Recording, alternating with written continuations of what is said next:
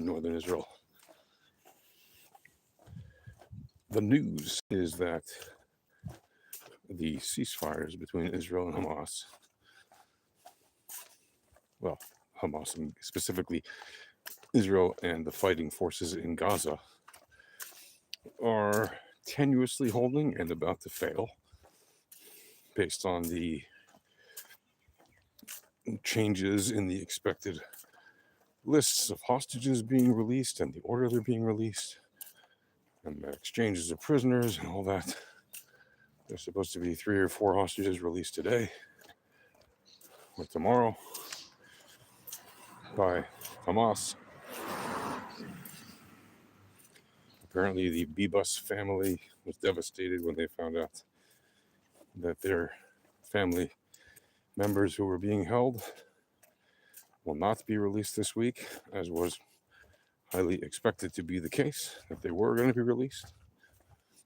But then instead, 3 or 4 other young women will be released. And so, of course, all of that was highly predictable. I said it on this channel that things would not go as expected.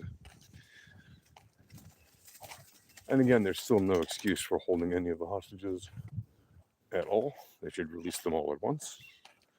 There's no reason to drip this out, except for the disgusting TV ratings and clickbait that the Hamas wants, because they know they can brainwash more idiots that way.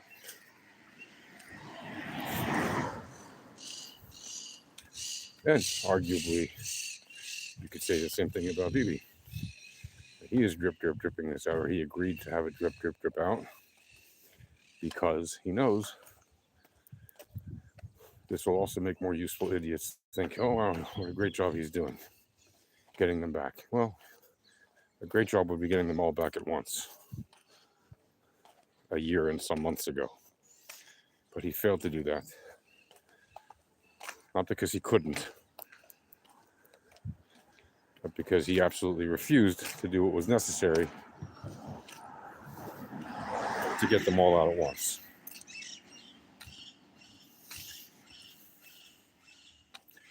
Such is life. It's disgusting what's happening. But that's on the Israel-Hamas-Gaza side. What about the Israel-Hezbollah side in the north, in Lebanon? As expected, and as I told you before the ceasefire went into effect, Hezbollah has violated the ceasefire hundreds of times, every step of the way. From the moment the ceasefire was signed until now, they've been hiding more weapons and making more weapons south of the Litani River, and moving troops around, terrorists, moving terrorists around, and planning attacks against Israeli soldiers, and doing basically everything that they're not supposed to do according to the ceasefire agreement that they signed. And Lebanon complains that Israel is attacking various terrorist sites, which is fully within their right to do. And they're saying that because Israel is attacking these sites, it's making it harder for the Lebanese army to implement its obligations. Well, A, no, that is not the case. And B, even if it is the case, we'll grant you that for the sake of the argument, you have a duty to rein in the Hezbollah forces. And the fact that you failed to do so because you're a miserably weak army in Lebanon, that's a you problem. Right? If the situation is that you cannot contain your own terrorists, that you have aided and supported for decades because you have no balls, right? Well, then, dear government of Lebanon, as much as we'd like to have peace with you, you are not acting in good faith. You're blaming the one and only power that is actually seeking to end the fighting, which is Israel. I'd love to be living in peace and prosperity side by side with you, and you're siding with the terrorists who are aggravating the case and making it worse. So expect more fireworks when this ceasefire phase ends tomorrow and all Israeli soldiers are supposed to be withdrawn from Lebanon, and all Hezbollah forces are supposed to be north of the Litani River, including all of their weapons and everything else, and their terrorists, etc., which of course we know they won't. And of course, we also know is impossible, because about half of the soldiers in the Lebanese army moonlight as terrorists in the Hezbollah. So how do you expect them to enforce the very rule that they will break the moment that members of the army, who are also members of Hezbollah, are conducting operations south of the Litani River? It makes no sense. It is an absolutely ridiculous plan. It was failed before it was signed. It was failed when it was signed, and it has been failed, and it continues to fail every moment since then.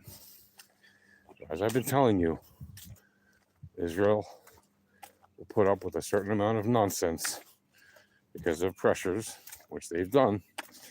That nonsense comes not just from Hezbollah and Lebanon, but also from the European Union, the United States, and other political pressure points around the world.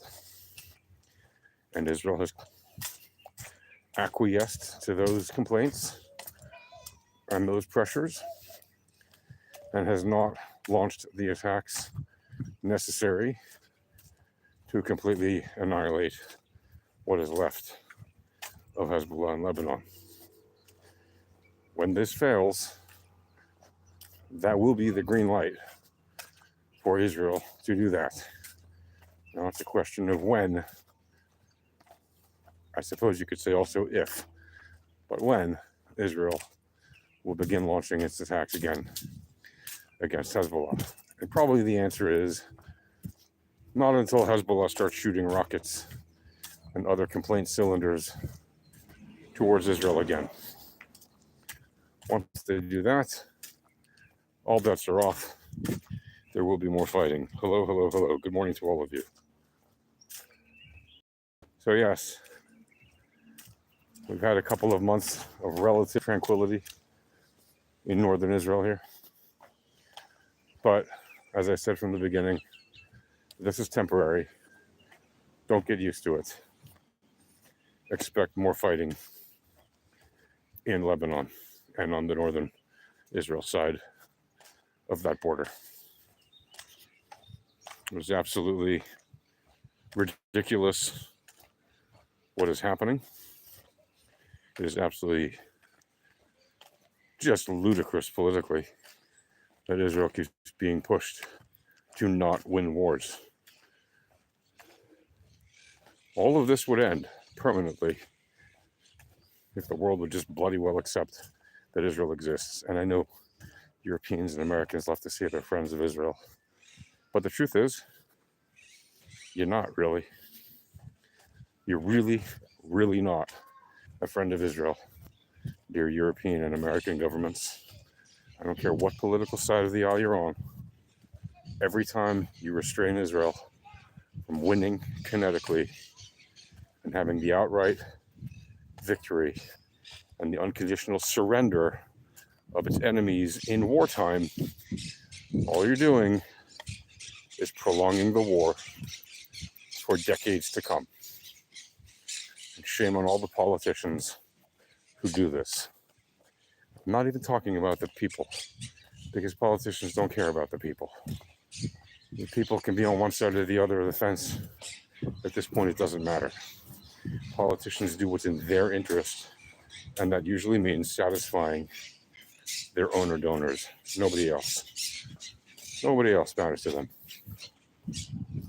And their donor owners, guess what? A lot of them are in the defense contractor industry. And yes, I know pharmaceutical industry is a bigger industry. There are many other bigger industries than defense. That's true.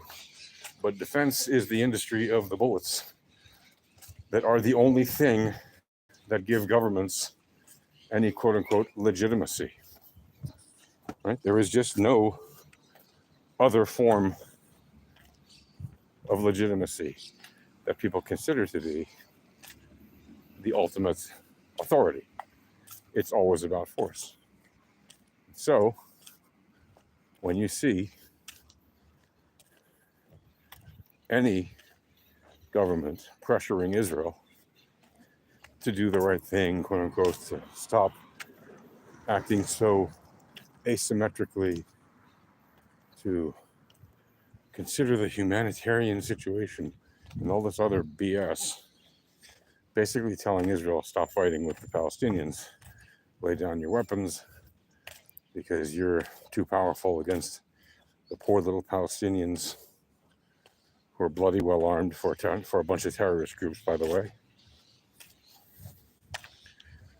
That is just literally the establishment saying, whoa, whoa, whoa, whoa, whoa.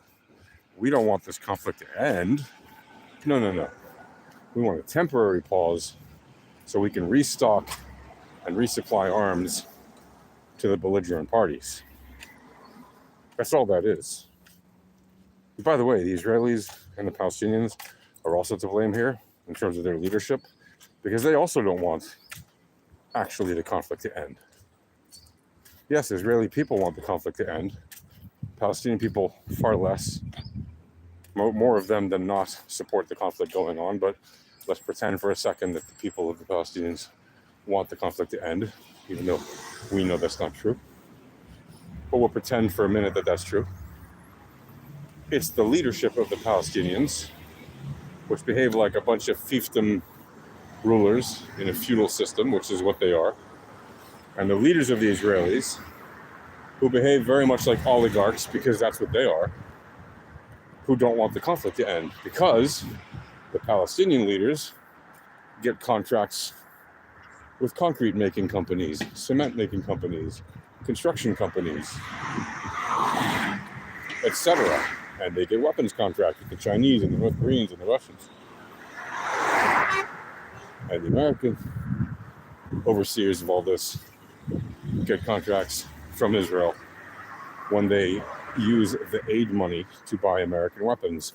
And the Israeli political leaders want the conflict to end because they themselves own shares in Israeli weapons firms and American firms, by the way, but Israeli weapons firms that manufacture a lot of weapons for them. And they don't want the conflict to end. Why? Because this conflict is a live testing ground for their latest developments that they can then turn around and sell to the rest of the world. But what better place to test those things than in live field action? And again, it doesn't matter whether you love Israel or hate Israel or are neutral in your thinking. This is the reality. Okay? The leaders of all the parties do not want the war to end, because if it does, then this war becomes irrelevant, and Israel and Palestine will become irrelevant on the world stage, which, as a person living in Israel, I think that would be wonderful. We'd just be another country that most people wouldn't pay attention to, and we, except for the religious people, I guess, whatever, would probably pay attention to it, right? And then you would have a situation where, right, basically, it would be effectively a kind of a normal country, except for maybe all that religious stuff. Right? But if this war ever ended, which is highly unlikely because of all the religious stuff, right? A constant battle over who rules Jerusalem and the Temple Mount. If this war ever were to end, then this country would just be like a normal country you hardly ever hear about. And that's not what people want here. I mean, the lunatics on the extremes, and more importantly, the leaders, right? The leaders certainly don't want the situation to be that you don't know about what's going on here, because the fact that you do know about what's going on here at all means they have successfully managed to insert this conflict into your psyche and into the psyche of more and more people around the world than it really affects directly.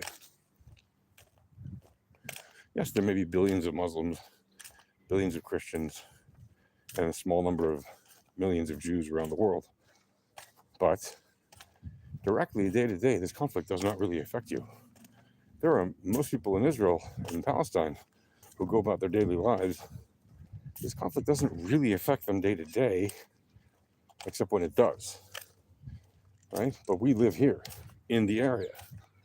So if this conflict does not directly affect us, why would anybody say that this conflict directly affects them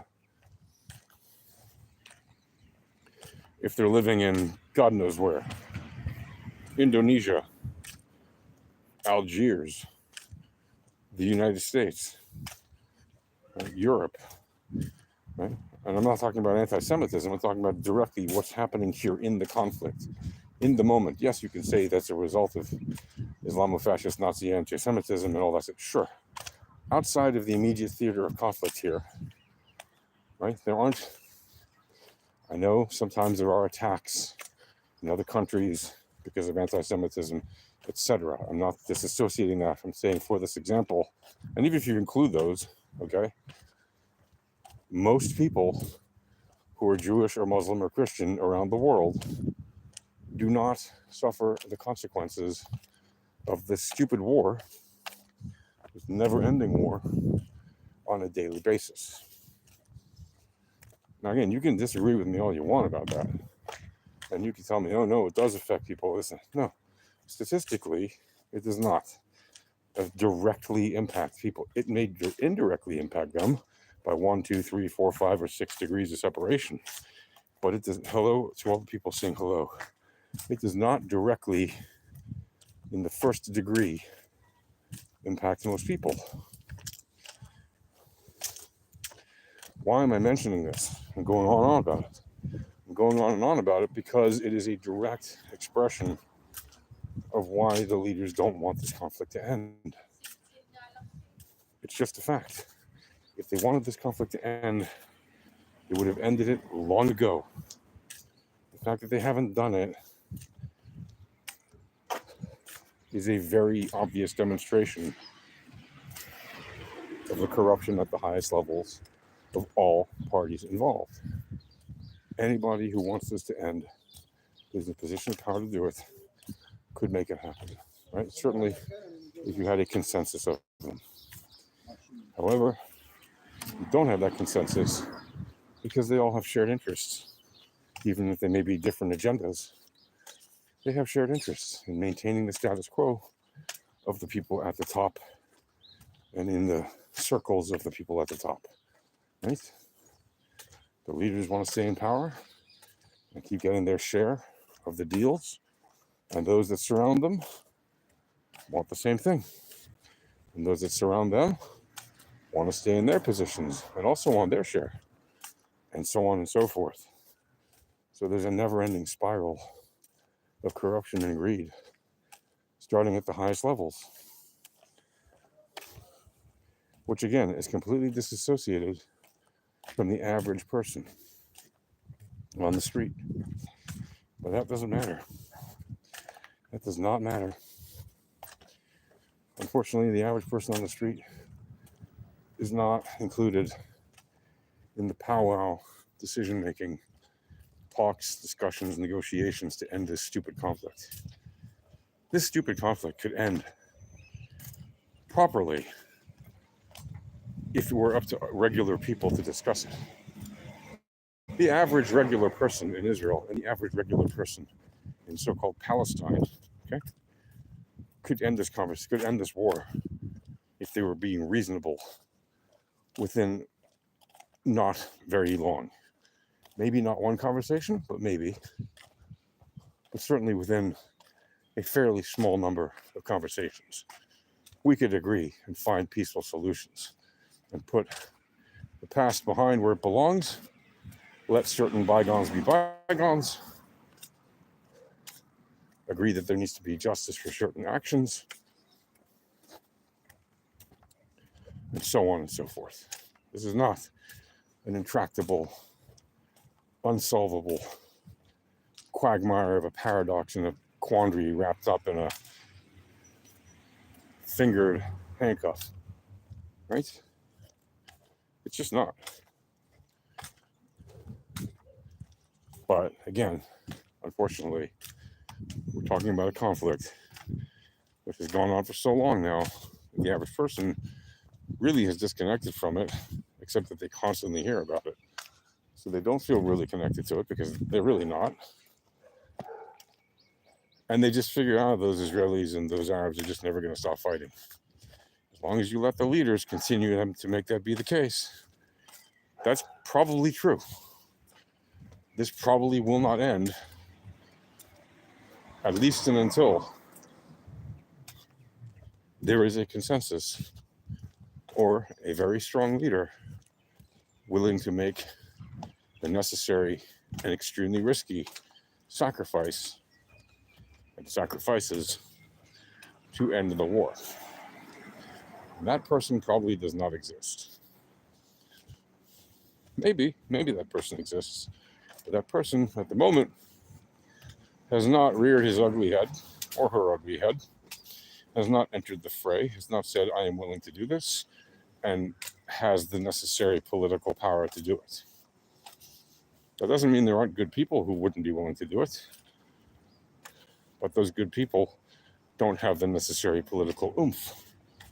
Not even, even if I wanted to do it, which I'd be perfectly happy to be the person responsible to end the stupid war for the Israeli side. The reality is, I don't have the political oomph to do that, even if I wanted to. So, what does that mean? Well, it means, among other things, that we're just likely to see this war continue and continue and continue until inevitably it stops. But that's going to be a while until we have, like I said, the necessary leadership. The necessary leadership to be willing to give up the stupid fight.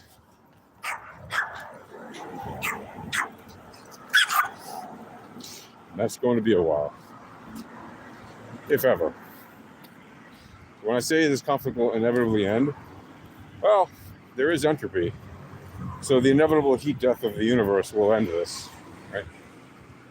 And long before that, the inevitable expansion of the sun engulfing the planet will end this if human beings manage to last hundreds of millions or billions of more years before that happens. But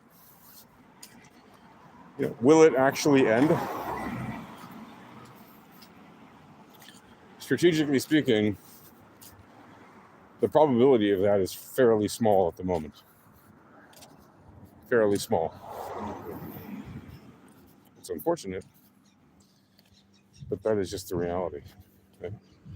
We're not likely to see this end just out of hat. Hello, dog.